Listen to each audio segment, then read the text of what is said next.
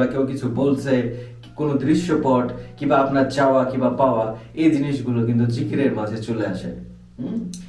তো সেক্ষেত্রে এখানে আমি সাধারণত এটা কে করে, এটাগুলো যদি গবেষণা করি তাহলে হচ্ছে কি আমাদের ভিতরে আমরা যেটা মুরব্বীদের কাছ থেকে পেয়েছি যে আমাদের ভিতরে নফসে বসে থাকা খান্নাস কিন্তু আমাদেরকে জিকির, ইবাদত, নামাজ, সালাত এইগুলো থেকে বিরত রাখার চেষ্টা করে।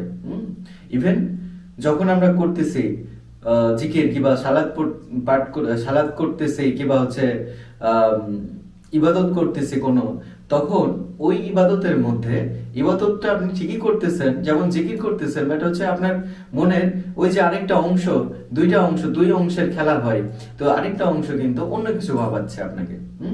তো এই ব্যাপারটা যদি ধরতে পারেন তাহলে দেখা যাচ্ছে যে আপনি জিকিরের যে মূল যে ব্যাপারটা তখন বুঝতে পারবেন।